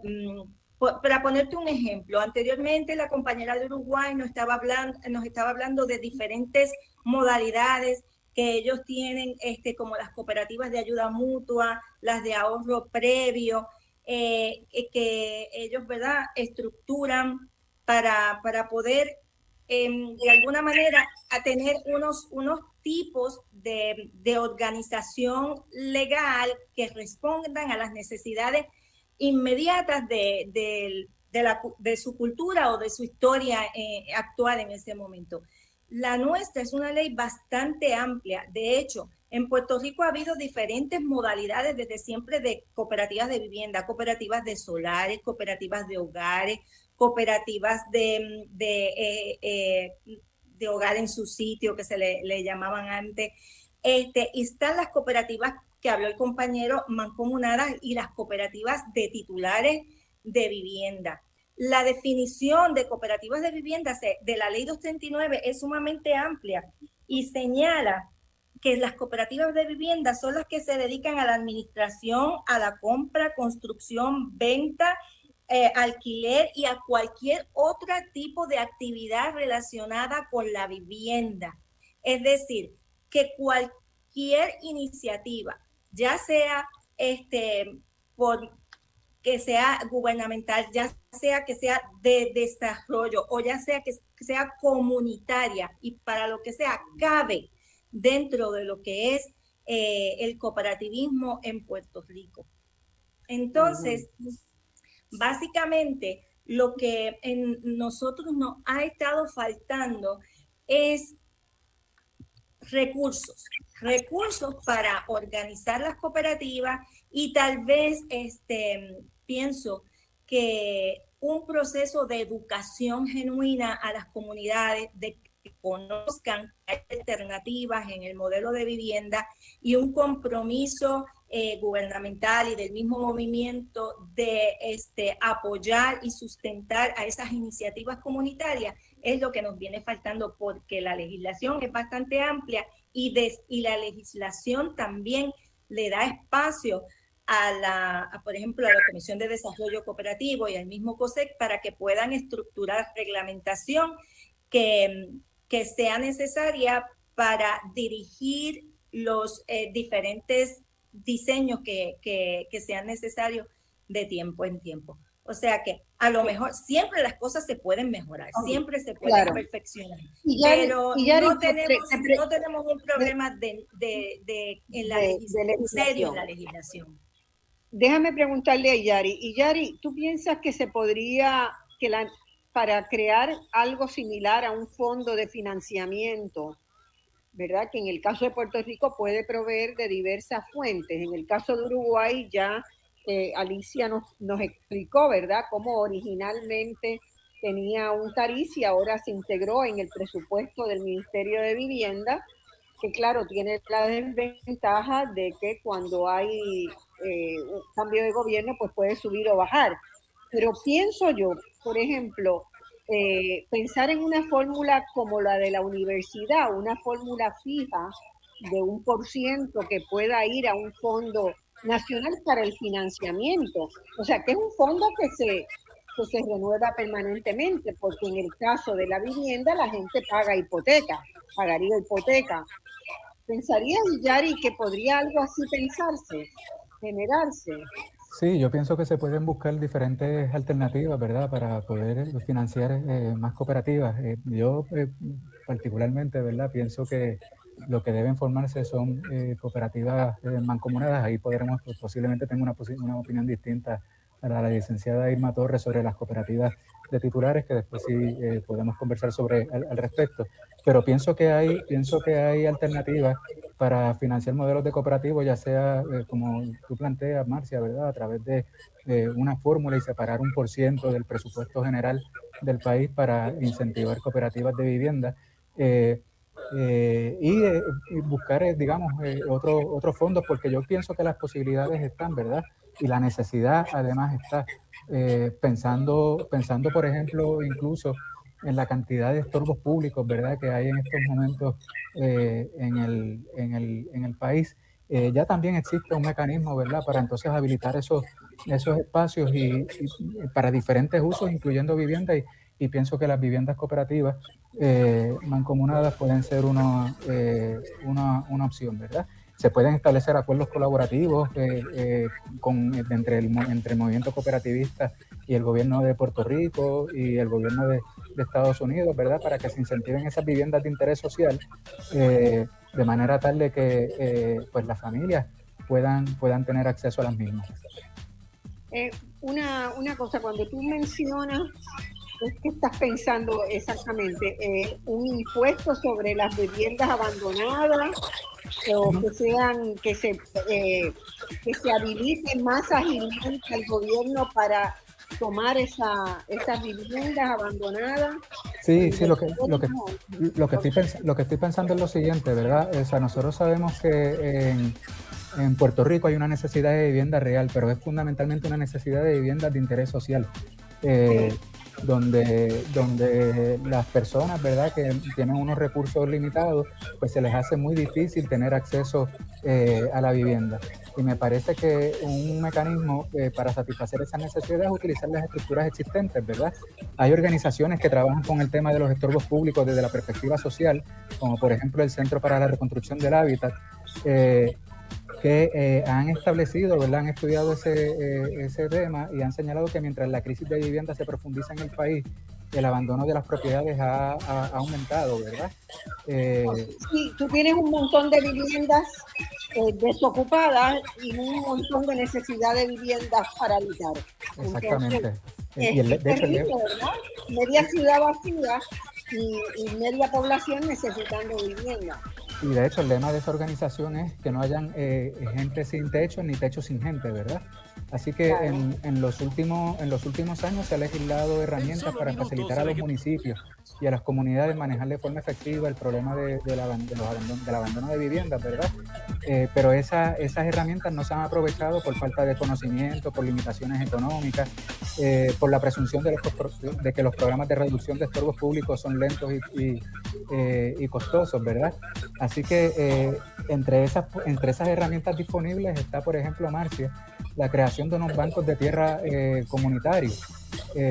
Los bancos de tierras comunitarias fundamentalmente son corporaciones municipales sin fines de lucro, que el propósito es la adquisición y la rehabilitación de propiedades abandonadas, vacantes o en ruinas, para restaurarlas para un uso productivo. Y ya ese modelo se ha implementado en Estados Unidos con éxito, así que funciona. Y el Código Municipal de Puerto Rico dispone para la creación de bancos de tierras comunitarias, facilitando la estructura legal, ¿verdad?, para recibir propiedades a través del programa de manejo de estorbos públicos y fomentar entonces la reutilización de esas de viviendas de manera accesible para la comunidad. Y uno de esos modelos de facilitar esas viviendas desde mi perspectiva, a través de las cooperativas de vivienda mancomunadas. De hecho, en el municipio de Toa Baja ya hay un banco de tierras comunitarias que se creó, me parece que fue en el año 2021, así que es un modelo que se puede explorar por el movimiento cooperativista. En Toa Baja, dice. En Toa Baja. En Toa Baja. Y pregunto, no sé si es a partir de esa misma ley que se han hecho los fideicomisos de tierra para agroecología y agricultura orgánica. Pues en términos de si es la misma ley, entiendo que no, pero bueno, no soy, no tengo porque hay proyectos también que se están utilizando, ¿verdad?, con esa visión de la creación de un fideicomiso de tierra. Claro, y la lógica es la misma, la lógica es la propiedad colectiva de los recursos, ¿verdad?, para entonces ofrecerle una protección a las comunidades en lugar de la protección individual, que sabemos que pues está más expuesta a diferentes tipos de riesgo para perder la vivienda. Bueno, ya tengo que ir a la pausa y está con nosotros en el estudio Ernesto González, que ha sido administrador de cooperativas, y vamos a tocar también este tema de cómo se gestiona, se administra una cooperativa. Vamos a la pausa y volvemos de inmediato.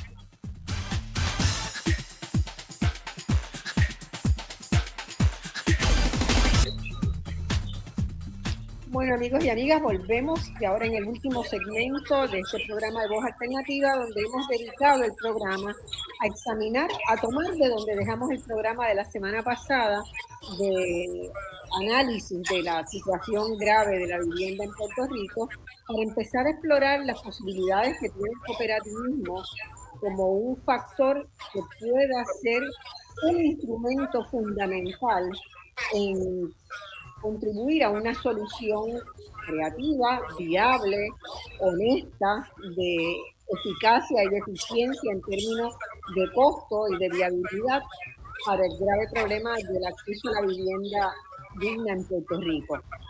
Con nosotros han estado personas en este programa que han tenido una larga experiencia, tanto trabajando con movimiento cooperativista, particularmente en el sector de la vivienda. Incorporamos ahora al joven Juan Ernesto González, que administra cooperativas, tarea que entiendo que aprendió de su padre, que también dedicó su vida al cooperativismo y particularmente a la gestión de cooperativas, y es un elemento muy importante de esto. Así que bienvenido, Juan Ernesto, un saludo muy especial. Saludos a todos, agradecer la invitación y desearle buenas tardes. Bueno, vamos a pasar ahora al factor de cómo garantizamos que una cooperativa sea exitosa, ¿verdad? ¿Cuáles serían los elementos que hacen a que una cooperativa de vivienda pueda funcionar bien, no genere problemas a la gente, que sea como dice Yari? Yo quiero empezar con Yari, que tiene una experiencia tan positiva a lo largo de toda su vida de vivir en una cooperativa, para que nos identifique qué elementos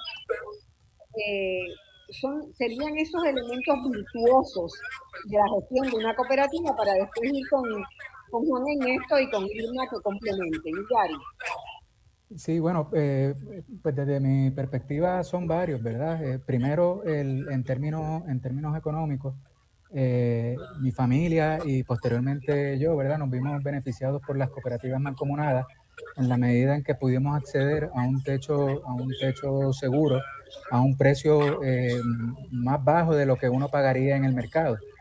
Ahorita comentaba de que yo vivo en una residencia, en un apartamento de 3 habitaciones, sala, comedor, cocina, tengo acceso a internet, acceso a cable TV, guardia de seguridad 24 horas, un parque pasivo, cancha de baloncesto, 2 estacionamientos, y si se daña algo en mi casa, la electricidad, la plomería, vienen a arreglarlo sin tener que contratar un plomero o un electricista, y todos esos servicios, como estamos satisfaciéndolos de manera colectiva, solamente tengo que pagar $350 al mes. Si uno fuera al mercado,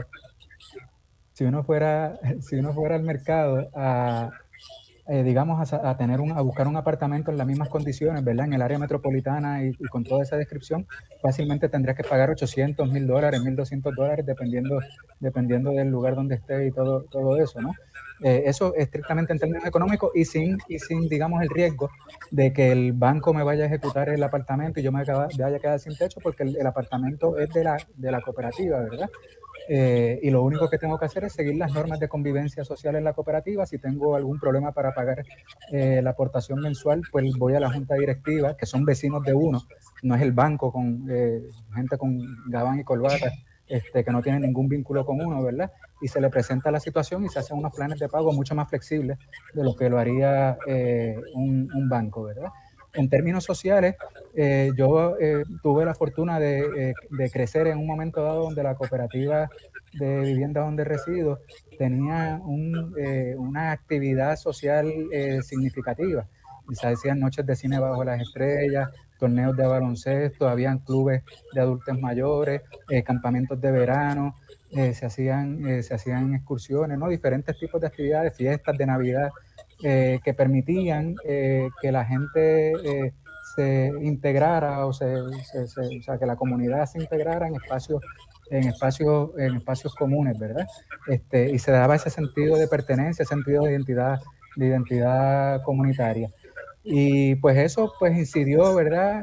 Esa experiencia incidió sobre mis valores, sobre mis principios, sobre quién soy ahora, pero también me permitió desarrollarme a mí en términos académicos. Sin el apoyo de la cooperativa de vivienda no hubiese podido posiblemente completar mis estudios universitarios, porque entonces hubiese tenido que trabajar porque era responsable de unos menores de edad, ¿verdad? Hubiese tenido que trabajar 2 trabajos o 3 trabajos para poder tener los ingresos necesarios y poder satisfacer las necesidades correspondientes de vivienda y otras necesidades. Así que eso ha incidido en mí, en quién yo soy como persona, en mis valores, en mis principios, en mi forma de ver la vida, en mi forma de ver la sociedad. Y en términos económicos, materiales, pues me apoyó para poder terminar los estudios y convertirme en un profesional y devolverle al país la inversión que ha hecho en mí a través de la universidad pública. Y mucho que le estás devolviendo a Puerto Rico. Eres una de las personas más reconocidas, que está haciendo unos aportes extraordinarios, que estás siempre disponible para hacer educación ciudadana, además de lo que aportas a la formación de nuevos estudiantes en la Universidad de Puerto Rico, ¿verdad? Así que... Gracias por eso, Marcia. Sí, sí, tú sabes que soy fanática tuya, así que tú lo sabes. Me parece extraordinario. Yo quisiera ahora, ¿verdad? En algunas conversaciones que he tenido, no siempre la gente tiene esas experiencias tan valiosas, ¿verdad? Ha habido proyectos de cooperativas que han perdido, o digamos que la generación inicial envejeció, ya no está, y que hay mucho más individualismo. Todos esos son riesgos, ¿verdad? Que pueden pasar. Todos esos son riesgos. Irma, ¿cómo tú ves esa situación? Y después voy con Juan para que explique cómo se logra ese ambiente que se plantea. Mira, en primer lugar, decirle al compañero Illari, ¿verdad? Que escucharlo, pues es como un bálsamo para nosotros los que hemos dedicado cierta cantidad de años de nuestra vida ¿verdad? Trabajando para el modelo y demás, y saber que una persona joven ¿verdad? Encontrado en el modelo de vivienda cooperativa, estas oportunidades, pues para nosotros es sumamente reconfortante, ¿no? Y como que una inyección para seguir trabajando en esta línea. Bueno, y contestando a tu pregunta, ¿qué hace el modelo exitoso? Yo creo que se puede resumir en la sujeción al ordenamiento cooperativo. El ordenamiento cooperativo en sí provee las bases para el desarrollo de cualquier organización, incluyendo la organización comunitaria y de vivienda, y en cualquier modelo de estructura política de una manera más justa y equitativa, ¿verdad?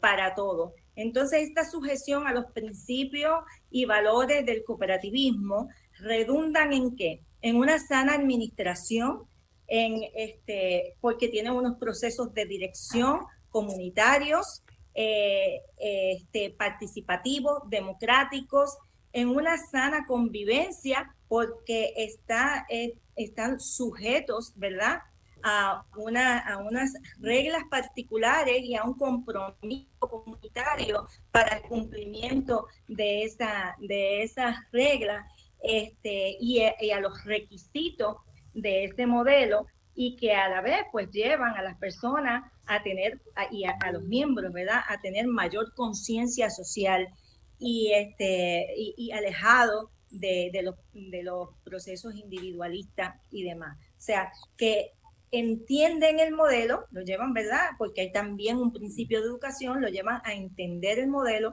y a entender la importancia de que todos rememos para el mismo lado para que haya una sana convivencia social. Así que sana convivencia social y sana administración, sujeción a los principios del modelo, yo creo que eso es lo que lo hace exitoso. Y en efecto, las cooperativas de vivienda han sido exitosas, modelos de interés social, pero que han dado cátedra de lo que es, como bien señala el compañero, una sana administración comunitaria. Claro. Bueno, ¿cómo se hace una sana administración comunitaria, Juan? Pues Marcia, contestando la pregunta y tal vez añadiendo información a lo que acaba de plantear la licenciada Torres, en las cooperativas hay la seguridad del derecho continuo y permanente a la vivienda. Esto quiere decir, voy a citar el ejemplo del alquiler ordinario en el sector de bienes raíces.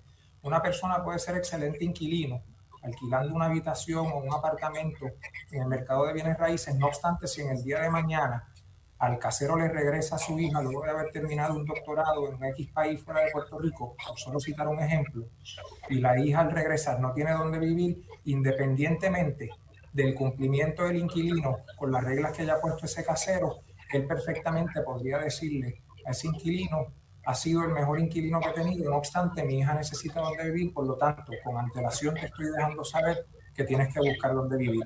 Ese riesgo no se corre con este derecho permanente, ¿verdad?, y continuo a la vivienda en las cooperativas, que basta con que el socio cumple obviamente con el pago de sus aportaciones mensuales, que como bien ya había comentado, es uno sumamente módico, diría yo que casi idílico, irrisorio, ¿verdad? Estamos hablando de que todo eso que ya había descrito, por una fracción de lo que se está pagando en el mercado, pues ciertamente no deja duda de lo que estoy planteando. Y obviamente esto a su vez le asegura no solamente la permanencia a los socios en la cooperativa, sino también una calidad de vida, no solo por el hecho de la seguridad de techo, sino por ese componente social que ha venido describiendo Iyari y también Irma. Yo, al igual que Iyari, crecí en una cooperativa de vivienda, dicho sea de paso, nací en una. Como usted bien planteó, mi padre estuvo durante muchos años involucrado a lo que fue la administración de vivienda en Puerto Rico, así que también tuve la gracia, ¿verdad?, y la oportunidad de vivir eso que Iyari vivió, y cómo obviamente toda esa actividad social, ese componente asociativo, hace que uno no solamente conozca a través de lo teórico, sino viviendo, ¿verdad?, en el día a día, todos estos principios y valores que el cooperativismo defiende, ¿no? Sobre todo el que tiene que ver con entender desde que somos pequeños cómo se da la solidaridad, perdón, a través de esas dinámicas que se tornan comunes. Y aquí me gustaría añadir, yo en un momento dado salgo de la cooperativa, paso a vivir en una urbanización, en el mercado de bienes raíces común que conocemos. No obstante, mi experiencia es que fue la cooperativa que mi padre administraba, la voy a mencionar, Ciudad Universitaria, en Trujillo Alto, la que me dio a mí la oportunidad, por ejemplo, de poder vivir los torneos de baloncesto, los campamentos de verano, no solo como niño en su momento participante, sino eventualmente como mujer, así fue un aumento, ¿verdad?, lo que son las responsabilidades al poner a mi cargo un grupo de niños, el cine bajo las estrellas, se celebraron maratones.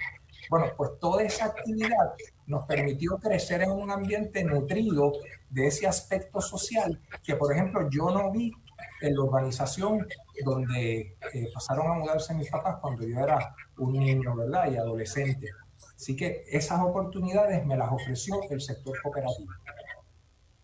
Qué bueno. ¿Y qué dificultades encuentras como, ¿verdad?, administrando hoy? ¿Cuáles son los problemas que más se presentan para, ¿verdad?, ubicarnos en la realidad? Cuando se presentan problemas en un condominio comercial, pues el problema es tuyo, ¿verdad? Es tuyo y tú cargas con su solución. Claro. Yo no sé, ¿verdad? Como Iyari decía, de los problemas que hay con... A veces uno se tiene que plantear, tengo que llamar a un electricista para una cosa que es bien chiquita y que va a tardar 10 minutos repararlo, cuando yo podría acudir, ¿verdad?, a equipo que está en el propio edificio, pero eso no está incluido, eso no está contemplado. Más bien se desalienta en la mayoría de los edificios para que los trabajadores, los empleados que están ahí, no usen el tiempo por el que se les contrata para atender problemas privados y que les paguen por ello. Más bien eso se sanciona, se prohíbe. ¿Qué tipo de problemas ustedes atienden que tienen que resolver cotidianamente, se les presenta a la gente, donde la cooperativa puede dar una mano, además de los que ya planteó Iyari? Ciertamente lo que usted comenta es una gran ventaja para la cooperativa, porque a diferencia, por ejemplo, de los condominios, aquí basta con que el socio acuda a la oficina, plantear que hay una filtración en su baño, por ejemplo, y la cooperativa es quien interviene con los demás socios para tratar de identificar dónde se origina esa filtración, y a través de los mismos empleados de la cooperativa se reparan ¿verdad?, los daños en la cooperativa. Así que plantea, entre otras cosas, un proceso mucho más acelerado y mucho menos costoso para la cooperativa y por el socio, valga que la cooperativa, por estar exenta del pago de contribuciones, eso incluye el impuesto sobre la venta, adquiere materiales al precio sin IBU, y lo que le cobra al residente es solamente el material, precisamente al costo sin impuestos, ¿no? Y no se cobra mano de obra. Ahí tú has dado en un punto que es muy importante. Si la cooperativa en su gestión de mantenimiento tiene la posibilidad de eliminar el IBU en los materiales que compre, debería tenerla también en las compras que se hacen para construir un proyecto. Licenciada Iyari, ¿no sería eso una recomendación que se puede hacer? Que abarataría significativamente el costo de construcción de un proyecto. Las cooperativas de vivienda están exentas del pago del IBU. En la compra de materiales para la construcción del proyecto ya están. Todo material que nosotros. Si ya está organizada como cooperativa. Si ya está organizada como cooperativa. Exacto. Si están todavía, ¿verdad?, en proceso y demás, pues no. De todas maneras, como cooperativa de vivienda. Vamos a aclarar, la cooperativa de vivienda ya tiene esa exención recogida.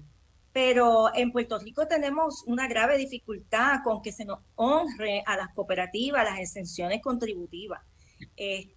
Así que esos son otros 20 pesos, ¿verdad? Esa es la guerra que tenemos que dar. Así que sí, entiendo que eso podría ser una aclaración en la ley que puede ser muy, muy meritoria en este momento histórico, sí. Claro, porque obviamente eso es una reducción bastante significativa en el costo de construcción, ¿verdad?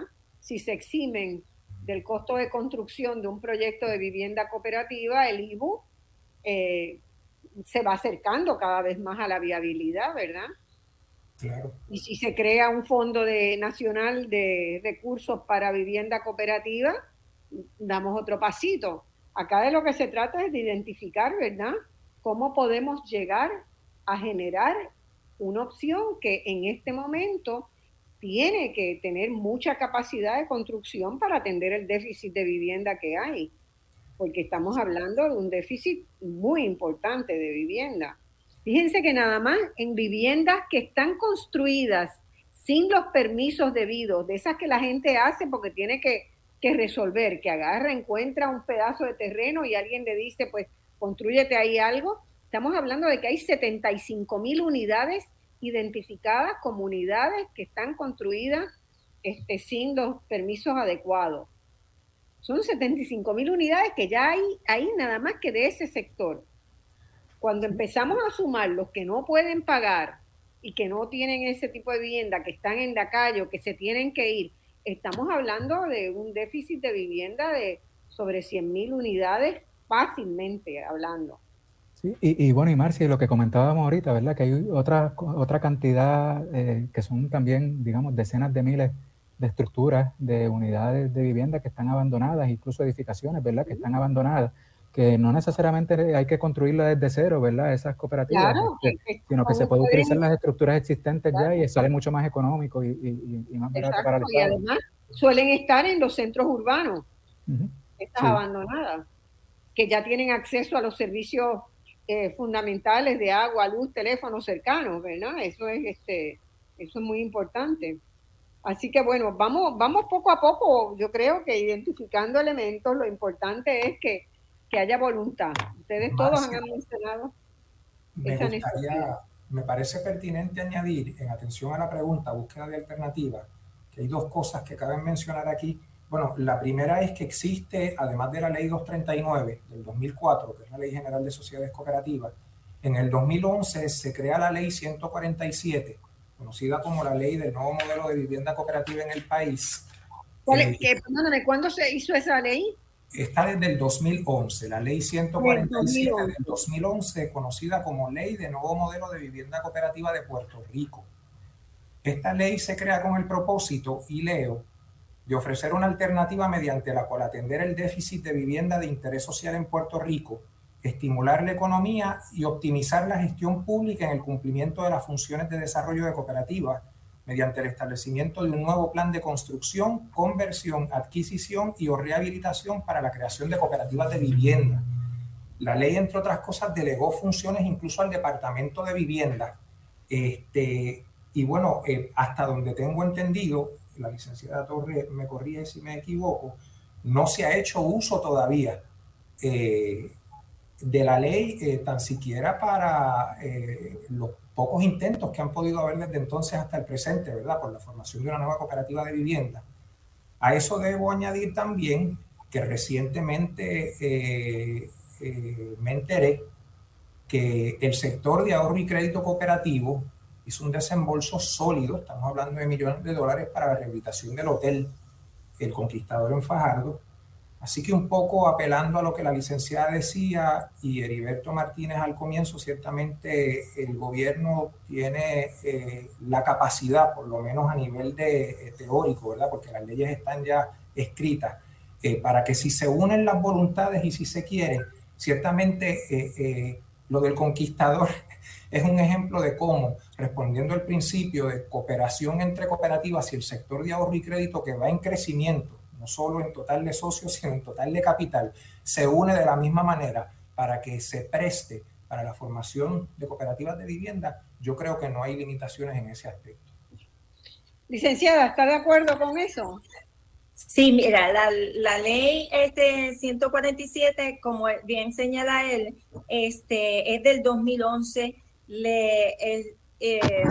emplaza al Estado, a las diferentes agencias para que desarrollen un plan y hagan un plan estratégico de desarrollo de vivienda cooperativa y demás. Por eso les decía ahorita que nuestro problema no es uno de legislación, porque eso, ¿verdad? Es una opinión personal, no estoy aquí hablando por la Liga de Cooperativas, pero eso es letra muerta. Nadie en las estructuras estatales de ese tiempo para acá le ha hecho caso. Ese plan no se ha hecho. A pesar de que es un documento que llevamos a todas nuestras reuniones y lo presentamos y demás, pero ciertamente no se ha hecho nada con eso. Bueno, tenemos que acudir a los legisladores a ver que le metan mano a pedir una investigación, porque eso no se haya hecho. Sí, y con relación a los fondos, volvemos. Ciertamente. Estamos terminando. Un minuto, Irma, un minuto tienes nada más, porque estamos terminando. Ya sea para desarrollar vivienda desde cero o para rehabilitar estructuras existentes, hay una necesidad extraordinaria de recursos económicos. Y eso es lo que necesitan las organizaciones cooperativas o las iniciativas comunitarias que eventualmente se conviertan en cooperativas para poder estructurar los edificios que eventualmente albergarán a las familias de esas comunidades. Entonces, hay instrumentos que se pueden utilizar. El cooperativismo financiero puede ayudar, pero ellos a su vez están sujetos a unos requisitos de ley y regulaciones y hay unas garantías que puede dar el Estado. Y Yari, una última oración porque estamos ya con la pausa encima. No, simplemente agradecer la oportunidad para conversar y nada, exhortar, ¿verdad?, que se adopte el modelo de cooperativas de vivienda mancomunada como una alternativa de techo de interés social para las decenas de miles de personas que están buscando casa y no encuentran. Bueno, recursos hay, voluntad política falta, leyes hay, recursos hay, voluntad política falta. Vamos a seguir hablando de eso el 14 de enero. Ya estamos preparando ese programa que va a ver cómo lo hacemos. Voz Alternativa, buscando soluciones también a los problemas de Puerto Rico. Muchas gracias. Nos vemos el próximo domingo. El próximo domingo entrevistamos a Sila María Calderón sobre el libro. Después, el 24, tenemos nuestra sorpresa de Nochebuena con Mapellé, con Chabela, con mucha gente que es muy linda que va a estar dándonos la Navidad. Después nos vamos al programa de fin de año de Perspectivas para Puerto Rico, luego Reyes, y volvemos el día 14 de enero a seguir con el tema de la vivienda y el cooperativismo. Muchas gracias. Esto ha sido Voz Alternativa una vez más con Marcia Rivera y los espero la semana que viene.